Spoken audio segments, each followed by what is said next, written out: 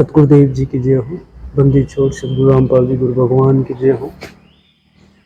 और सच्चे सतगुरु की शरण में आने के बाद आप जी के सारी शंकाओं का नाश हो जाता है, क्योंकि शंकाएं मन में रहती नहीं है, क्योंकि आपको सत भक्ति और सच्चा मार्ग मिल जाता है। जिस भक्ति को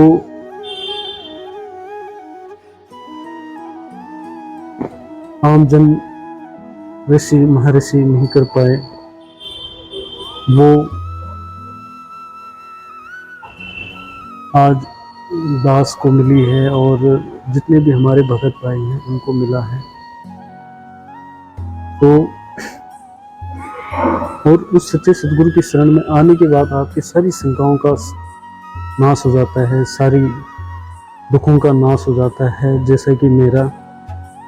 तो इसके लिए मैंने सतगुरुदेव जी की एक वाणी पढ़ी थी कि सतगुरु मिले तो इच्छा मेटे, पद मिले पदे समाना, और चल हंसा उस लोक पठाऊं जो आदि अमर स्थान।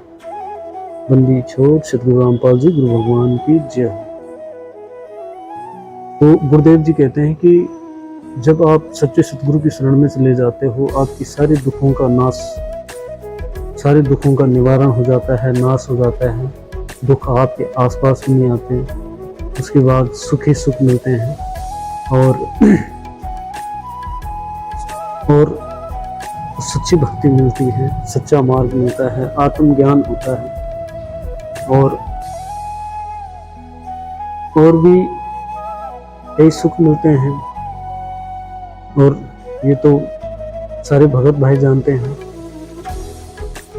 तो सभी भाइयों से निवेदन है, बस गुरु संत रामपाल जी महाराज जी का सत्संग सुने, और इस मनुष्य जीवन का जो मेन उद्देश्य है उसको समझें, और सतभक्ति करें, और सतगुरुदेव जी से नाम दीक्षा लेके जो मनुष्य जीवन का मेन उद्देश्य है वो आप जी को समझ में आएगा। और सच्ची साधना करें, जो हमारे शास्त्र कहते हैं, सत साहिब जी, राम राम जी, सभी भाइयों को, सभी मेरे जगत के भाइयों और भगत भाइयों को, और बहनों को भी, और माताओं को भी। सतगुरुदेव जी से नाम दीक्षा कैसे ली, कैसे दया करी परमात्मा ने, कैसे दया करी बंदी छोड़ सतगुरु रामपाल जी महाराज जी ने। मैं बहुत दुखी था, और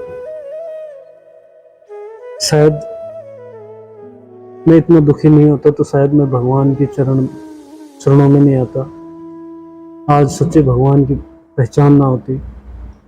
क्योंकि बताते हैं जब इंसान पे बहुत दुख आ जाता है तब ही वो भगवान को याद करता है। ऐसा ही कुछ मेरे साथ हुआ। तो मेरी घर में मेरी माँ, मेरे पापा, सबसे पहले पापा बीमार हुए थे। तो मैं बेसिकली उत्तराखंड से हूँ, तो उत्तराखंड में काफ़ी देवी देवताओं को मानते हैं लोग। खैर अब तो सच्चाई का पता चला कि वो देवी देवता थे या क्या थे, या प्रेत थे। हम प्रेतों की साधना कर रहे थे, उनको भगवान मान के, देवता मान के। अब पता चला वो तो प्रेत थे। तो उनकी साधना करते करते उत्तराखंड में बलि प्रथा बहुत है, बहुत बलि दी। आज पता चला कि हमने तो बहुत पाप किए, इतने पाप किए कि जब सच्चा ज्ञान था ही नहीं तो उल्टी साधना कर रहे थे।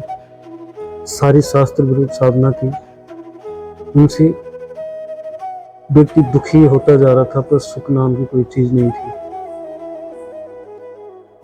तो जब मैं बहुत परेशान हो गया, यहाँ तक कि घर छोड़ने की भी नौबत आ गई थी। कभी कभी मन करता था कि सुसाइड करूं। प्रेत बाधाओं ने इतना जकड़ लिया था। सबसे पहले पापा एक्सपायर हुए, उसके बाद पापा एक्सपायर होने के बाद तुरंत माँ पे प्रेत ने प्रवेश कर लिया, फिर माँ को परेशान किया। करीबन 1 महीने तक मेरी माँ सोई नहीं। इतना दुखी रहे कि आस पड़ोसी के लोग सोने आते थे और मैं बहुत डर गया था। मैंने ये सोचा था कि शायद ही मेरा कोई दुख का निवारण कर पाएगा। फिर मैंने मन ही मन में भगवान को याद किया। मैंने कहा, हे भगवान, कहीं हो आप। ये पूरी दुनिया जिसकी साधना करी, ये कौन है? कोई तो सुखदायी भगवान होगा, कोई तो होगा वो भगवान जो हमारी सुनने वाला होगा। मेरी माँ ने शिव शंकर के मंदिर में व्रत करके ऐसे कोई मंदिर नहीं छोड़े। कोई बताता था कि शनिवार को व्रत कर, शनिवार को, एतवार को, सोमवार को। माँ के आधे से ज़्यादा उस व्रत में चले जाते थे। ना तो डर के मारे कुछ खा पा रही थी। भूत प्रेतों ने इनको इतना परेशान कर दिया था। तो यहीं से बंदी छोड़ सतगुरु रामपाल जी महाराज, गुरुदेव भगवान जी ने हमारी सुन ली। तो मेरे को एक भगत भाई मिले, उनसे पुस्तक मिली मुझे, जीने की राह, और एक अवतार, और एक गीता तेरा ज्ञान अमृत। मैं वो लेके आया घर पे। मैंने उसको पढ़ा, जीने की राह पढ़ा। तो जीने की राह पढ़ते पढ़ते मुझे ये लगा कि मैंने माँ को बताया, माँ आप सच्ची भक्ति मिल गई, सच्चा भगवान मिल गया, सच्चा ज्ञान मिल गया। तो जैसे जैसे मैंने वो पुस्तक पढ़ती गई, मेरे अंदर दृढ़ता आती गई। मैंने ये सोचा कि बस अब तो माँ सुखी हो जाएंगे, सारी दुख खत्म हो जाएंगे। तो रियलिटी में ऐसा ही हुआ। मैंने जैसे सतगुरुदेव जी से नाम दीक्षा ली, नाम दीक्षा लेते ही आखिरी बार वो प्रेत चिल्लाया था। प्रेत चिल्लाया, इतनी जोर से चिल्लाया और क्षमा मांगी उसने। कान पकड़ के बोला कि आज के बाद मैं यहाँ नहीं रहूँगा और यहाँ नहीं आऊँगा। और उसके बाद वो प्रेत, जब हमने पूरे परिवार में सिर्फ मेरी माँ, मेरी बहन और मैंने नाम दीक्षा ले ली, उसके बाद वो प्रेत पड़ोसी के घर में गया। पड़ोसी के घर में उसने आतंक मचाया। उन्होंने ये बोला कि ये तो आपके घर से आया है। उन्होंने मेरे साथ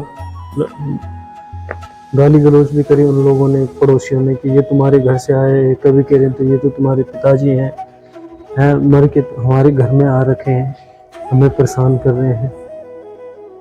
मैंने कहा, जी इसको ऐसा करो, हमारे घर भेज दो अगर हमने भेजा है। तो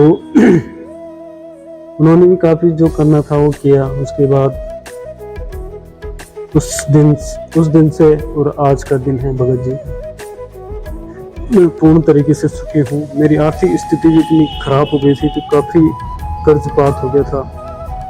करीबन 2-2.5 लाख कर्जा हो गया था मेरे को। मालिक की रजा से मेरा कर्जा भी चला गया। परमात्मा की दया से आज दास का सारा कर्जा निपट गया और सुखी हो गया। भक्ति में आनंद आ रहा है। एक चीज ये है कि इस बात को हर बार मैं कोसता हूँ कि काश है भगवान, काश आपकी भक्ति पहले मिल जाती है गुरुदेव। पर अगर पहले मिलती तो शायद मैं इतनी दृढ़ता नहीं आती मेरे अंदर। क्योंकि सब परमात्मा की लीला है। थोड़ा बहुत दृढ़ करने के लिए आज मालिक की रजा से आज सब भक्ति मार्ग मिला है। बंदी छोड़ दया कर दी दाता, बंदी छोड़ सतगुरु रामपाल जी गुरु भगवान की जय हो।